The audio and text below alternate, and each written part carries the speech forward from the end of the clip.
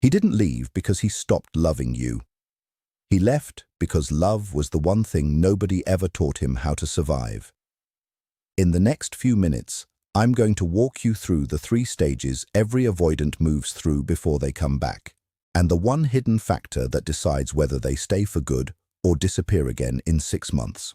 If this is landing somewhere true for you, hit follow before we go on. Because what comes next is the part almost nobody explains correctly. The difference between an avoidant who comes back out of guilt and one who comes back because something inside them actually shifted.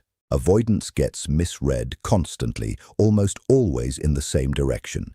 People see the silence, the distance, the sudden cooling off, and they translate it as proof that the feeling was never real.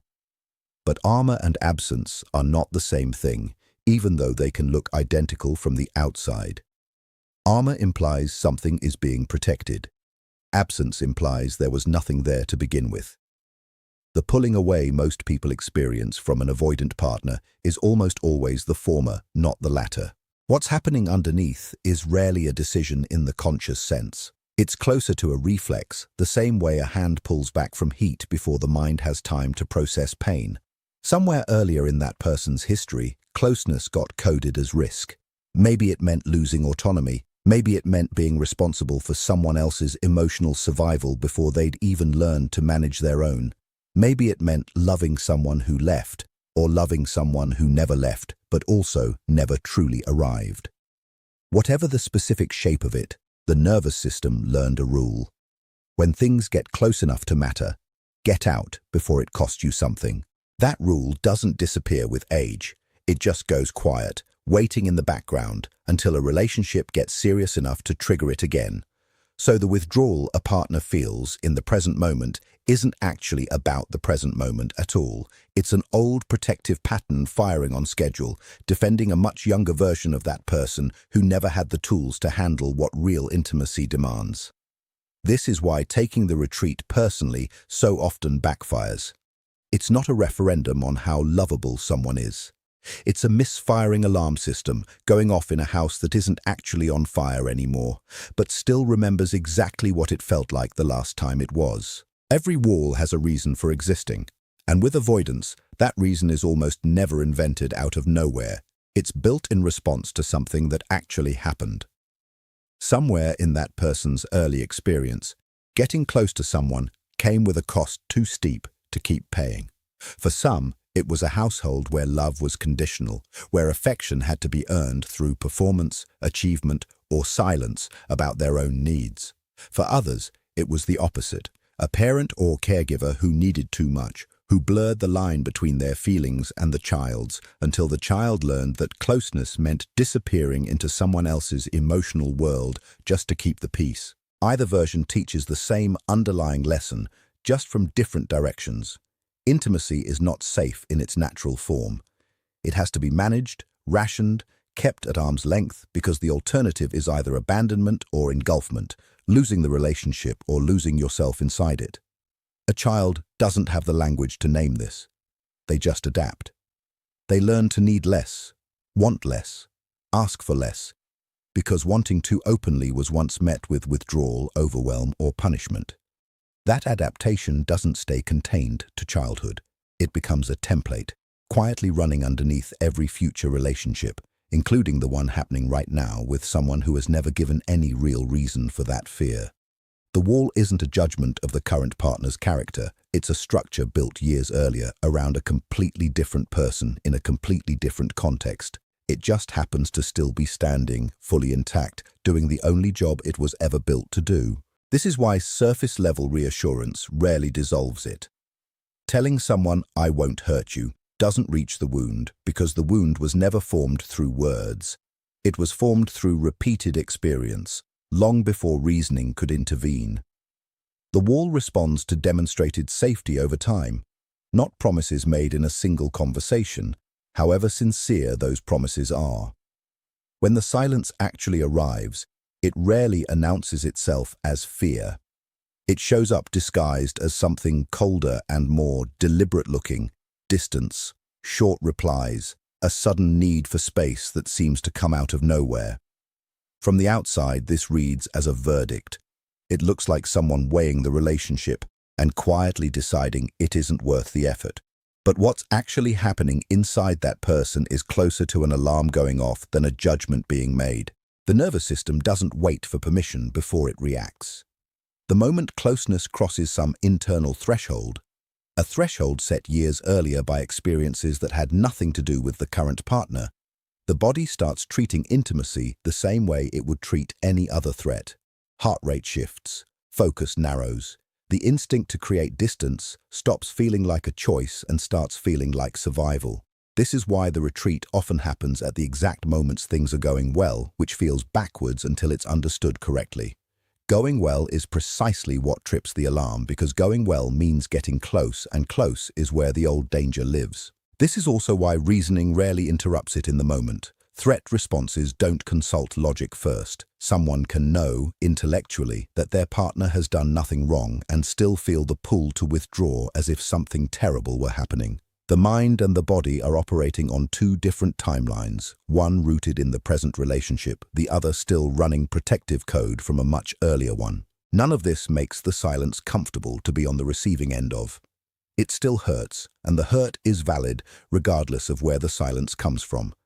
But there's a meaningful difference between a withdrawal that's communicating "you don't matter enough to stay for" and one that's communicating something old just got triggered and I don't yet have the tools to stay present through it. The second one isn't about worth at all. It's about a system still defending wounds that predate the relationship by years, sometimes decades, reacting to a danger that technically isn't even in the room anymore. The small gestures that show up in stage 2 are easy to misread because on the surface they look almost too minor to mean anything. A like on a story from months ago, a one-line text that arrives with no real context, a brief reappearance after weeks of nothing. It's tempting to dismiss these as carelessness, or worse, as proof that they're treating the connection casually.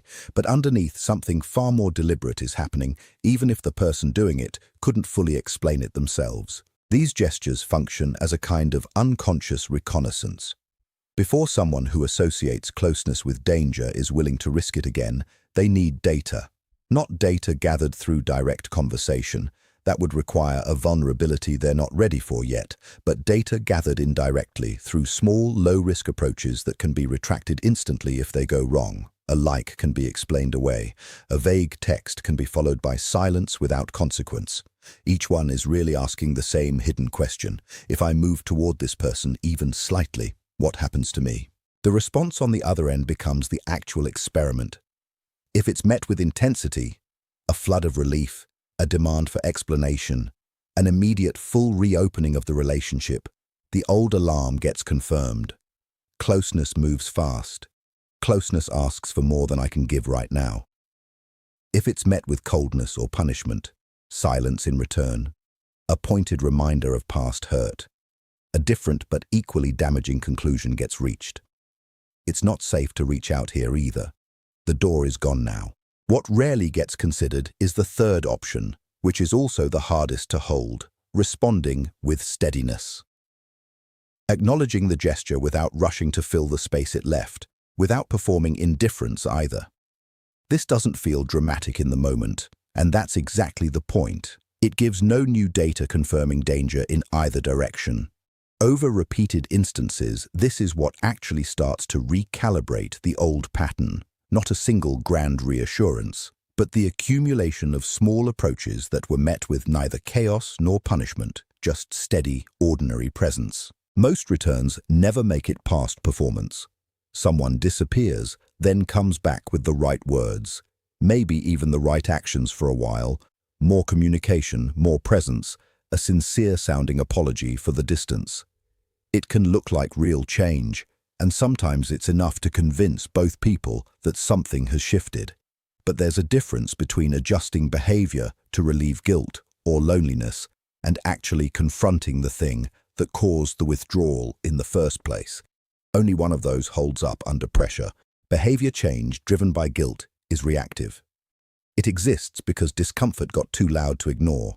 The fear of losing someone, the weight of having hurt them, the social cost of being seen as unreliable. These are real motivators, but they're external to the actual wound. They address the symptom, not the source. The moment the guilt fades or the relationship stabilizes enough to feel safe again, the underlying alarm system is still fully intact, just temporarily quieted. It will fire again the next time things get close enough to trigger it, because nothing about the original fear was actually examined. Real return requires something closer to confrontation than correction. It means the person has to stop treating the fear as something to manage from a distance and start asking where it actually came from. Not in a vague, intellectual way, but in a way that connects the present reaction to its original source. This is uncomfortable in a way that simply doing better isn't, because it asks them to sit with the original wound instead of building newer, more elaborate ways around it. This is also why timelines matter so little in evaluating whether a return is genuine. A fast return isn't necessarily shallow, and a slow one isn't necessarily deep. What matters is whether the return came with any real recognition attached, whether the person can identify why they left in terms that go beyond "I needed space" or "things felt overwhelming," and into the actual pattern underneath those feelings. Without that recognition, the return is just a pause in the same cycle, dressed up as resolution. What ultimately makes someone stay isn't found in grand gestures or perfectly chosen words. It's found in the quality of presence they encounter once they've actually returned. Most people who've spent years associating closeness with danger have never actually tested that belief against a steady counterexample. They've experienced relationships that confirmed the fear in one direction or another, partners who either collapsed into anxious pursuit the moment distance appeared, or partners who retaliated with coldness and withdrawal of their own. Both responses, despite looking completely different, teach the same lesson. Closeness is unstable, and showing up vulnerably will eventually cost something. A steady mirror works differently. It means staying present without dissolving into the other person's fear, and it means holding personal boundaries without using them as punishment. This is a narrower path than it sounds. Too much accommodation, bending every boundary to avoid triggering another retreat, confirms that vulnerability requires self-erasure to be tolerated. Too much rigidity, especially when it's wielded reactively after the person has shown a flicker of openness, confirms the opposite fear, that any misstep gets met with abandonment. Neither extreme creates safety. What creates safety is consistency that doesn't bend in either direction based on the other person's fear response. This kind of steadiness matters because it's diagnostic to a nervous system that has only ever known instability around intimacy. Each time vulnerability is met with calm instead of chaos, each time a boundary is held without becoming a weapon, the old prediction, "Oh, this will end badly," fails to come true. Predictions that consistently fail to materialize eventually lose their grip, not through argument or reassurance, but through accumulated.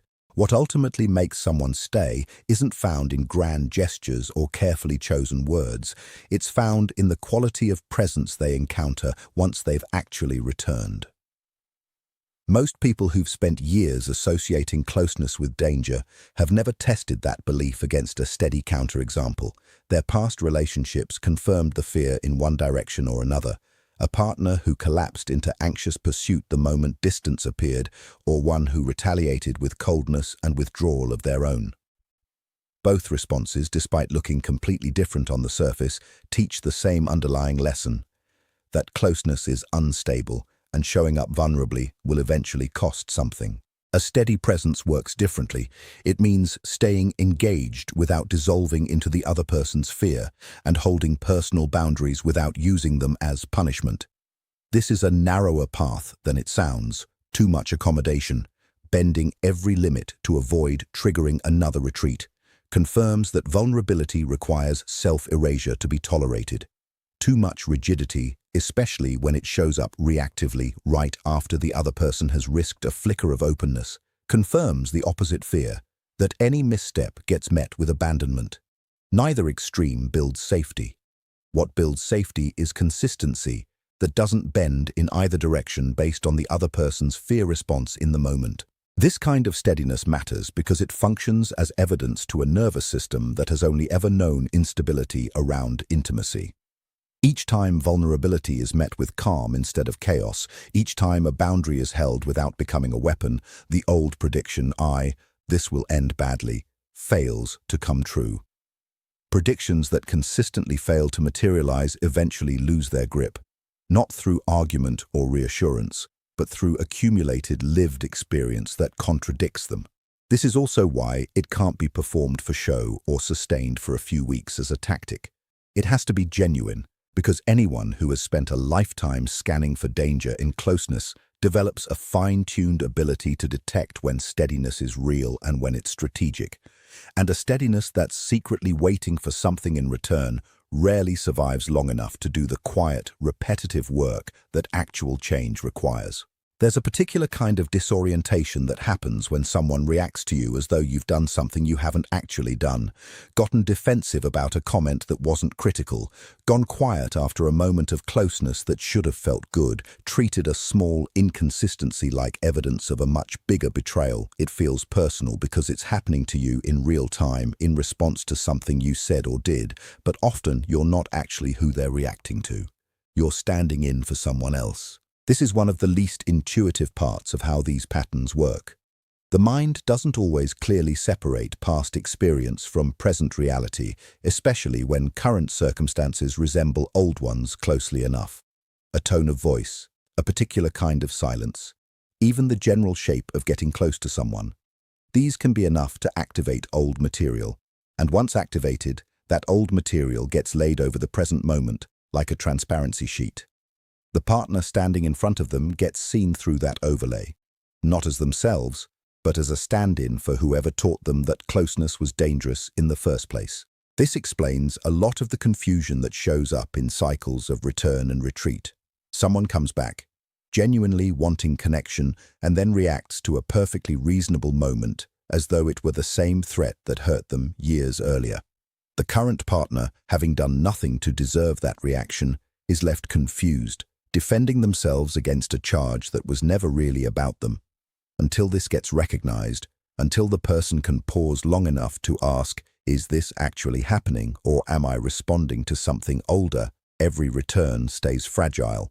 The relationship can't fully exist on its own terms while it's constantly being filtered through a different one. Real change starts the moment that recognition becomes possible, the moment the old story and the current relationship stop being treated as the same thing, even though, for a long time, they've felt identical. There's a comforting but ultimately misleading idea that finding the right relationship is what fixes this pattern, that enough patience, enough love, enough proof of safety from one particular partner will eventually dissolve the fear at its root. It's comforting because it puts the solution somewhere external, somewhere that can be provided by someone else. But patterns built over years, often over an entire childhood, don't resolve simply because the right person finally showed up. They resolve when the person carrying them does the work of looking directly at where the pattern came from. This distinction matters because relationships, even genuinely good ones, can only do so much. A steady, patient partner can create the conditions where change becomes possible. Calm instead of chaos, consistency instead of unpredictability. But they can't do the internal work on someone else's behalf. They can offer evidence that contradicts the old fear, but evidence alone doesn't rewrite a belief system. It has to be received, examined, and integrated by